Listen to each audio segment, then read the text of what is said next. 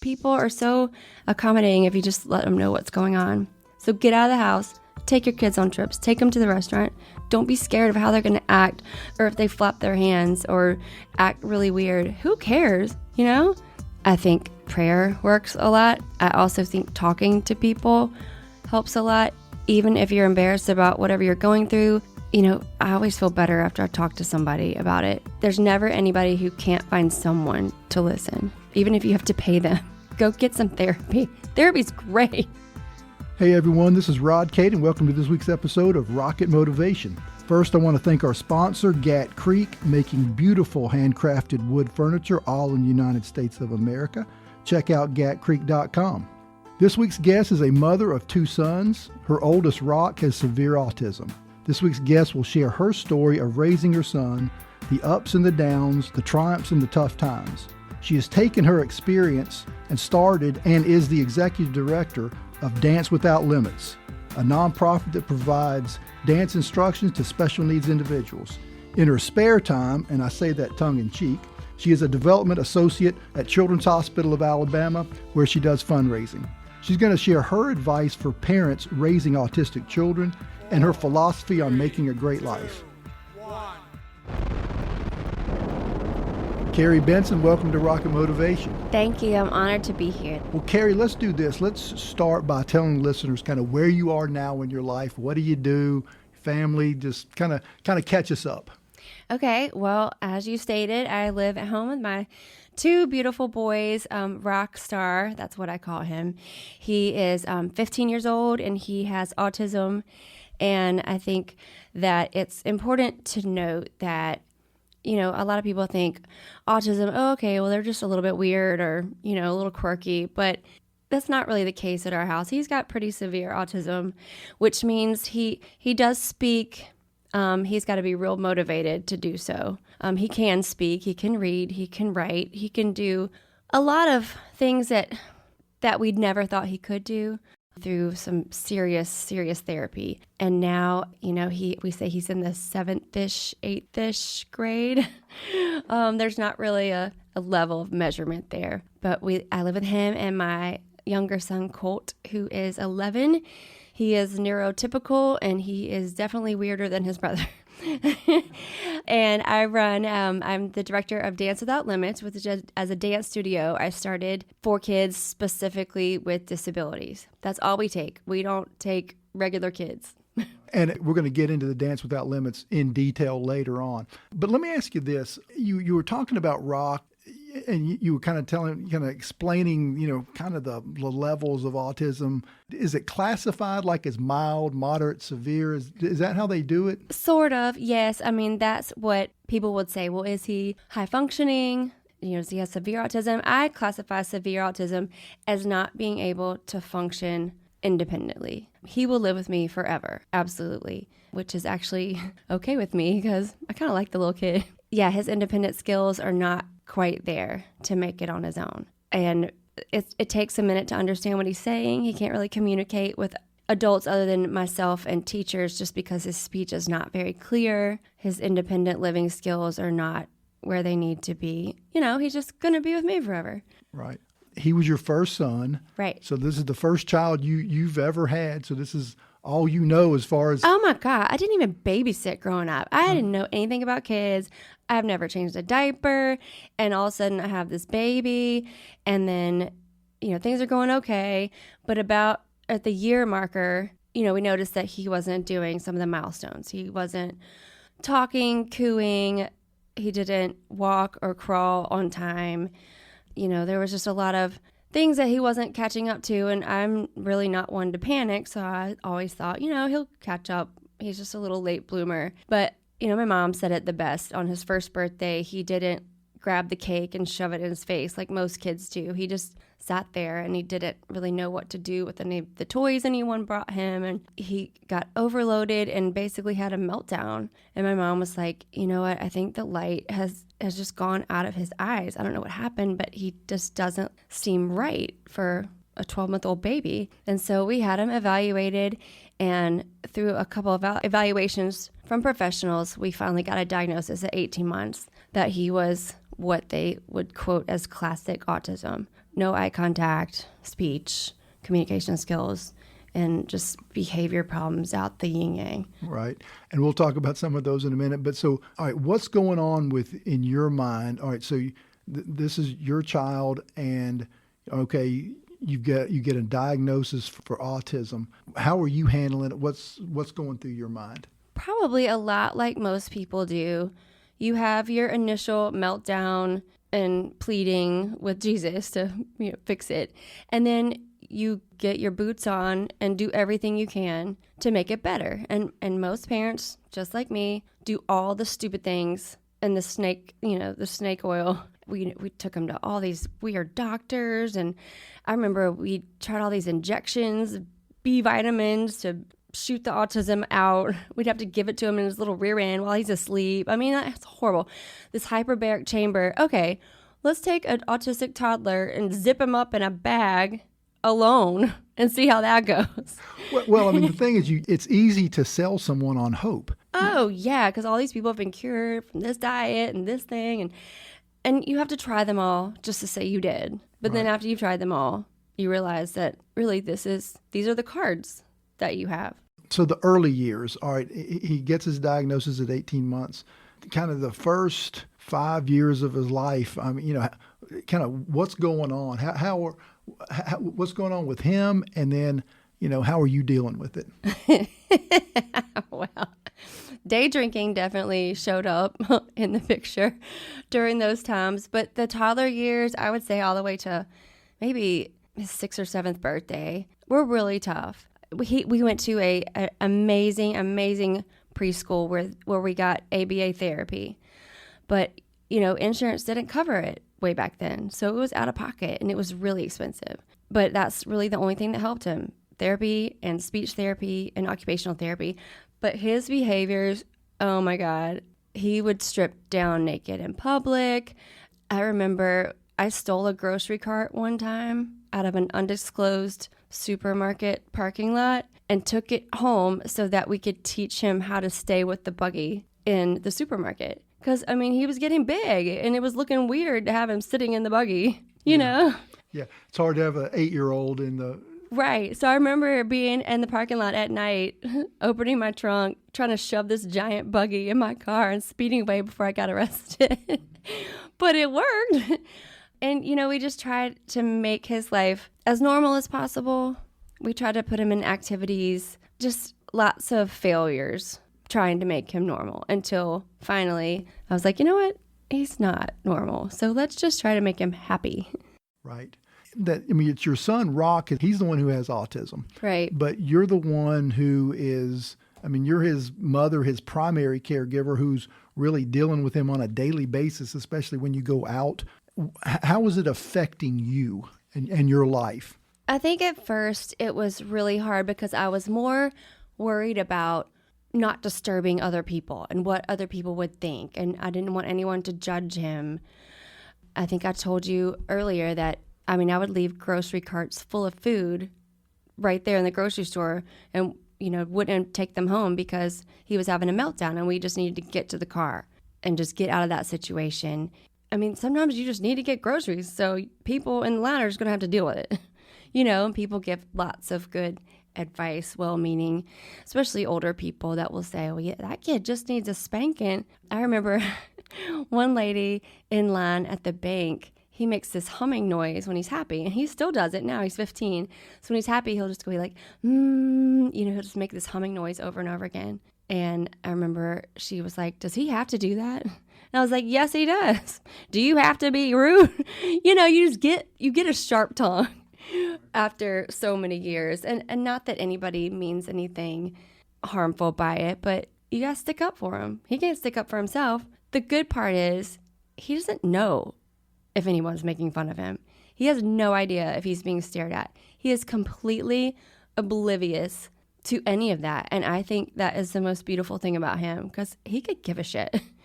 I'm going to flap my hands and jump up and down and say all these weird things, and I don't care who's looking at me. I wish we could all be like that. Yeah. And, going through the daily life with that, do you ever get frustrated with the situation? I used to, but I am very much, you know how they say nurses and doctors like disassociate from things, like they don't take it home, they don't take their work home. I'm real good now at looking at the situation and saying, all right, well, we just got to get through this and then we'll go home. You know, I don't let it really bother me. And I love to just fix the situation, get what we need to get done, and move on. I'm very much a mover-oner.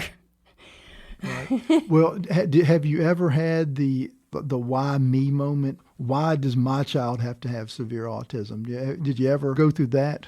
Maybe like some capacity, but I don't feel like I ever really got into the, oh, feel so sorry for myself. I just didn't. I don't know why. I've just always had hope that everything would be okay, even if this was what we're dealing with. It's all going to be okay. I mean, look at all the other things he could have had. You know, we're actually really fortunate. And, you know, I always mention that, yes, he's 15 and I have to do a lot for him still. But, God, if he was a normal 15-year-old, he'd be watching porn on his iPad and, like, sexting girls and getting in trouble. And he would hate me and probably underage drinking and smoking weed. And I don't need that. And right now, he's like the most sweet 15-year-old ever. He still lays his head in my lap and wants me to play with his hair. And he thinks like I'm the coolest mom ever. And I would think that, I mean, your bond with your son, Rock, has got to be just, I mean, how would you describe it? And on the good point, on the good side, I think that I can see in him what he wants to say more than most people. Like, I know if he's about to do something crazy. I can see it before it happens. And I know if something's hurting him. I know if something's bothering him. I know when he's happy. You know, some of the sounds he makes, people are like, oh, God, is he okay? I'm like, yeah, that's his happy noise. He's great. I feel like I just know him inside and out. And he probably knows me inside and out. I mean, he's my shadow. He probably knows how to put my makeup on better than I do, you know? Yeah. So how do you parent Rock to give him the best life? I really, really try, and it's hard, but I really try to treat him like there's nothing wrong with him. Because I have his brother at home too. I can't be easy on Rock and hard on Colt because that's just not fair. So if he does something wrong, he gets in trouble. He has chores he has to do too. And I found, especially with most children with disabilities, if you expect them to do it and you treat them like you expect them to be able to do that, most of the time they can do a lot more than you think they can. I would never expect he could wash dishes and load a dishwasher and unload it and put them all back where they needed to be. That's hard for a grown adult to do. Well, at least for a man. Yeah. You just expect it. You act like you expect them to finish the task and they'll do it. So I really do try hard not to let him get away with much. Well, and let's talk about Colt. Okay, so Colt's 11, right? Mm-hmm. Okay. How has it affected his life having a brother, an older brother, who is severely autistic? I'm sure way more than he lets on. Like during the pandemic, he was having to do his school online. Well, Rock didn't have that. I mean, you don't sit an autistic kid that doesn't communicate in front of a computer and say, okay, do your stuff. But he would have to do it. And, you know, every once in a while, his little jerky self will come out and be like, well, I wish I had autism so I wouldn't have to do this. And I'll snatch him up real quick and set him straight. On the flip side, he is, I call him the best big little brother. He knows he can stick up for Rock. He's yelled at kids on the playground that were ugly to him. He can give him his medicine. I mean, he knows that if anything happens to me or his dad, he will be the one in charge. We talk to him about that a lot, and he knows it, and he's okay with it. He always says he's just going to marry a really sweet girl that will help him take care of him. Their relationship, though, I mean, I guess their, brother bond, I guess, how does Rock react to Colt, too? He's probably the one kid that doesn't bother Rock. Rock, he's annoyed with other children, really. He likes to talk to adults more than kids. He loves his brother. He wants to know where he is all the time if he's not at home. And I guess this is probably the best example.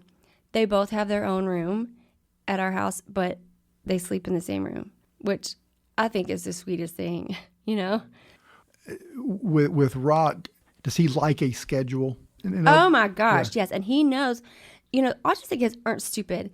They know stuff that we don't expect them to. He knows when it's Sunday, he goes to church. He knows when it's Monday, we go kayaking after school. Tuesday, we go to the dance studio. Wednesday, he knows it's bike night. And if those things don't happen, you better have a real good replacement. Right. Yeah, right. And I would assume the same thing with Colt sleeping in his room. If Colt decides I'm going to go sleep in my own room, that might have. I'll be sleeping in there. I'm sure it'll be great. All right. Well, let's talk about Dance Without Limits. All right. So first of all, what is it? We are a nonprofit dance studio that only serves children and adults with disabilities. So our youngest student is 3, and our oldest is, I think, 65. There's no requirements to come there. Like, there's no disability that's too tough, I guess is what I'm saying. There's so many parents that will call and say, well, my daughter is an adult. She's been in a wheelchair all her life. She can't move a muscle. I don't know what the heck you think you're going to do with her, but I'm going to bring her up there. And we figure it out. Not just me. I have a team of people like therapists and folks that know how to, work with folks with disabilities. And we find ways to help them participate. And they like it, But what do they actually do? We teach classes all during the week. Each student comes to about a 1-hour class. And while they're in their class, their moms and dads get a break, which is huge. And at the end of the year, it culminates into a recital, just like any other dance studio. It's just like any other dance studio. We have mirrors, we have floors, we do warm-ups, we teach them choreography, and they each get a volunteer helper. I don't expect anyone to come in there and just be able to do all that stuff. So they all get a volunteer to help them during class, either physically or just to keep them on task. Right. And you started this. This was your brainchild. I did. I'd been a dance teacher for 100 years, and now I have this autistic kid that can't participate in group activities. So, he liked rap music and he liked to dance around the house. And I thought, you know what? Let's just make a dance class where nobody's going to look at you weird or anybody weird, and we can do things to your ability. And we push them, It's not easy. It's hard for a lot of them, especially the ones with the physical disabilities, that we make them stand up and use their muscles, and they don't want to. But we make it fun, so it's not like work. How does it impact the participants and the families? What do you see from them? Honestly, I know we're not saving anybody's life there, but we're improving their quality of life. A lot of people, especially in the adult classes, after you're 21, you just kind of age out of all the programs that are available, unless your parents are both brain surgeons and can pay for all kinds of stuff. So, they can come there. They know it's a scheduled thing once a week. They're going to come there. They're going to be with their volunteer who's going to love on them and have fun with them. And we don't have to fight kids to come in that studio. They run in there. Right. And so what is your role? What do you do on a daily basis there? Well, I teach some of the classes, and then I also have teachers that do the rest of them, because that's a lot to put on one person. And I just, recruit volunteers, and if somebody's sick and misses class, I make sure to check on them. And I have a very horrible accounting system and an even worse organizational system. It's basically a Microsoft spreadsheet on my computer. So, if anybody's out there that wants to come check that on, I will be okay with that. Right. But it just, I don't know, it works. We don't do a lot of advertising or anything. People just find out about, if you build it, they will come kind of thing. Right. Well, how has it impacted you as far, you started this, the Dance Without Limits. You did it for special needs children or special needs, individuals. But how has it impacted you? I assume it's got to make you feel good and give you some satisfaction. It does. Even on my tiredest day, I don't think I've ever had a day where I didn't want to go. We're there 3 nights a week. There's never been a day that I just didn't want to go. They put your whole world in perspective. I always tell people, if they're having a bad day, just come up there and be around someone with special needs for 10 minutes, and your bad day evaporates. I don't think I'm the only one that thinks that. I mean, usually anybody that spends time with someone with special needs will get a feeling like that. And I would assume the parents must absolutely love it that they can take their kids there, let their kids have something to do, and give the parents a little bit of a break. Well, we meant it very much for respite care for them as well. And I was assuming everybody would just go take a nap in their car or go to the liquor store or whatever special needs parents do. And they stick around and they talk to each other, and they've made these bonds with other parents. I mean, because where else can you go and be surrounded by people going through the exact same stuff you are, that your disabilities might be different? The fact that, you were raising Rock, a special needs child, as far as your social life, as a parent, do you find that you are more, I guess more of your friends also have special needs children, or how's that work? Yes, and we call ourselves the land of the misfit toys. We are such a random group of people that I would probably never have been friends with before, not because they're not great, just because I would not know them. And, some of my very, very best friends also have kids with special needs because they just get it. If you make plans, you're like, you know what, Rock's having a hard time. We ain't going to make it. I'm so sorry. They're not going to get their feelings hurt. They're going to be like, girl, I understand. Same here. Let's just do it another day. And hanging out with my friends with typical children, they're always so sweet and inclusive, but sometimes they're just situations they don't understand. But they still are great, and they try. It's just you have a closer bond with those that are going through the same thing. That's why, cancer survivors are close to each other, and anybody that's been through anything is closer to somebody that's also been through that, Well, with all that you go through, well, no, before I even get there, we haven't even talked about what you do at Children's Hospital of Alabama. So, when I introduced you, I said, you do this in your spare time. Well, first of all, what do you do for the Children's Hospital of Alabama? I'm a development officer down here for the Gulf Coast. So I serve Mobile and Baldwin County. And that basically means that I'm in touch with a lot of the families, our patient families down here, and I plan fundraising events that benefit the patients specifically from our area. And you're not going to go to the hospital in Birmingham for a broken bone or something. So most of our events are held for cancer or our heart program, organ transplant, our burn center. We have an arthritis center there too. Just more serious stuff. Well, how do you find the time to do all this? I don't do any of it well. I do it all very mediocre, and I'm so glad that people are okay with that. And I know you're being self-deprecating because just in talking to you and getting to know you for the short time I have, I don't think you do anything that you don't do well. But anyway, so with all you've gone through, what have you learned about yourself? I think maybe the biggest thing is that I'm not scared of anything anymore. Oh God, it's really hard to shock me or to give me a task that I'm afraid of. It's really hard to do. I can't imagine. I really can't think of any scenario. I'll jump out of an airplane. I'll do anything. I really am not scared of much at all. And I think Rock has helped me with that. And I think just life has helped me with that. And as you probably know, the older you get, the less you care about appearances or what people think. I'm so excited because I actually fixed my hair and put on a real outfit to come here.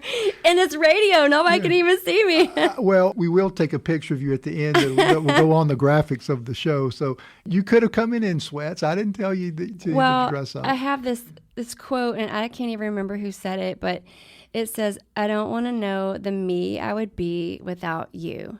And I always tell that to Rock because pre-Rock, Kerrie was worried about all kinds of stupid stuff that doesn't matter at all. Post-Rock Kerrie is worried about important things. Yeah, right. You don't sweat the small stuff anymore. 0%. Okay. What's your philosophy on life? Do you have one? Certainly you do. Sorta. I'm quoting one of my favorite radio program hosts, but she says, is this the way you want to live the rest of your life? And that's a question you need to ask yourself every day. And if it's not, then you change it. Just like people you see that are working at the cash register and they're rude and they, act like they could be anywhere else. If you don't like it, change it. Do something about it. Don't be ugly to everybody. Just change your stars. Do something else that makes you happy. Well, when you ask yourself that question every day, what's your answer?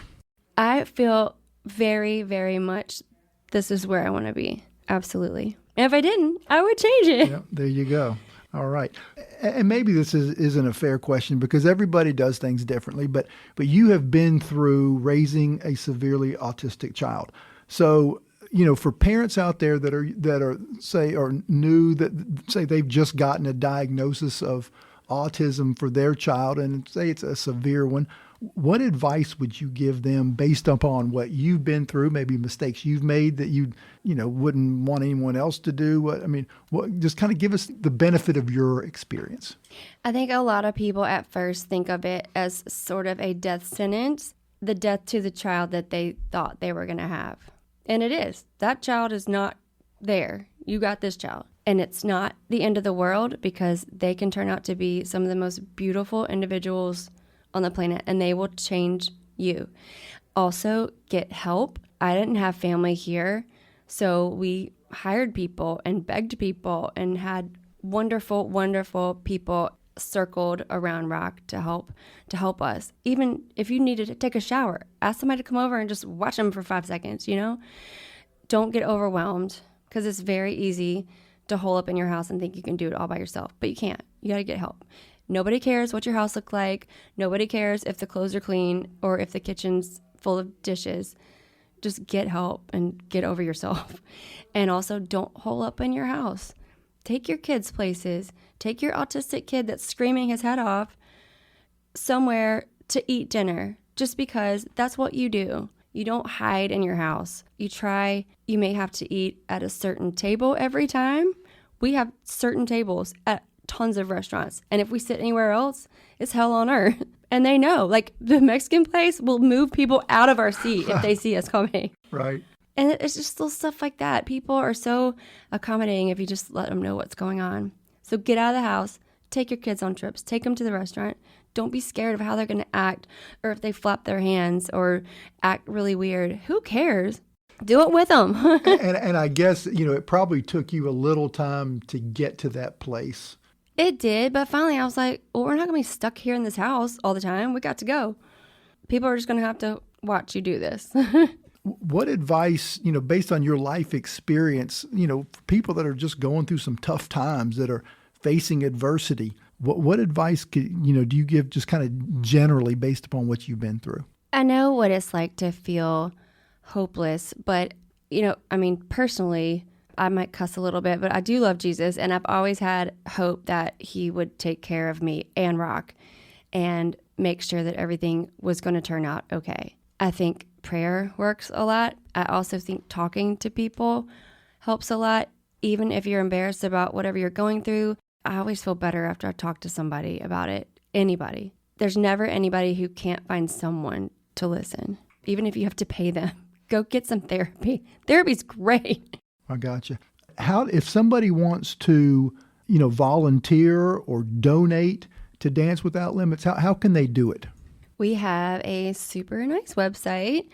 It's just dancewithoutlimitsfoundation.org. And our volunteers, you don't have to know how to dance. You don't have to do anything. You have to be a living, breathing person. That's it. I'll teach you everything else you need to know. Like I said, most of our kids just need help physically, need someone to push their wheelchair, pick them up off the floor, and then some of them just need encouragement to get through the class. We're a volunteer-based organization. We would not survive without them. And I have a lot of the same volunteers that I had 10 years ago. They just stick with it. You don't just pop in and out of that place. It gets inside of you a little bit. I gotcha. Same question about the Children's Hospital of Alabama. If somebody wants to donate, to that, to help out that cause, what can they do? Sure. Well, we have a website here. It's just childrensal.org. And we have lots of events on the Gulf Coast. We have a golf tournament. We just had a sailing regatta. We'll have something called the Barn Bash at Moe's in November. We're working on a fishing tournament. Anything. Well, all of our events are outdoors, obviously, right now. But anytime you see one, we always advertise in the Mobile Bay Monthly and the Land Yap. If you see something that benefits our hospital, give to it, because 100% of the proceeds always go to the patients. They don't go to overhead. They don't go to the power bill. They go to patient care, which makes me feel good. Right. Okay, so I always do this with all my guests. I give them the parting shot. Maybe a question I didn't ask that I should have, or something that, you've got on your mind that you would like to say. Now's the time to do it. My biggest pet peeve is people that walk right past folks with disabilities, or the kid that's acting a little irrational in the grocery store line and just being a little judgy instead of stepping back and seeing what the situation was. I was too. I had no idea what autism was. I was uncomfortable around people in wheelchairs. I mean, the whole thing just freaked me out because I didn't know what to do or say. Even if you don't, still go up to the person, ask their name, look them in the eye, treat them like a human being. Don't be scared of saying the wrong thing or doing the wrong thing. If they're little, their parent will appreciate that more than you know. Ask them about their diagnosis. Ask them, why are you in a wheelchair? That's a really cool wheelchair. There's some kind of conversation you can make with anybody. And even if you don't get much of a response, that person feels seen and heard and valued, Right. So saying the wrong thing is better than saying nothing at all. You're going to piss a parent off more by looking at them and staring at their kid than you are actually walking up and saying, hey, what's this diagnosis? Can I do anything to help you? Do you want me to get your groceries out to the car? I mean, just be a good person, It's really not hard. For some people it is.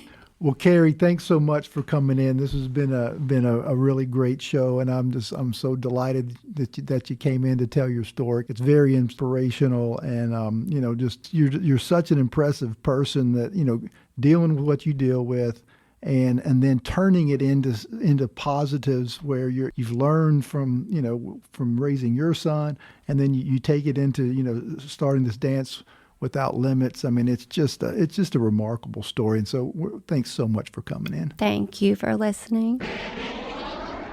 Kerrie Benson is just a breath of fresh air. Handling what she deals with every day with such humor and acceptance is remarkable. If that were not enough, she gives her time and has made a career out of helping others. The phenomenal stories just keep coming. Next week's guest is Crystal Yarbrough. She will tell her story of dealing with and overcoming constant sexual abuse as a child and teenager, and how she has used her past to help others. It's going to be a great show. See you next week.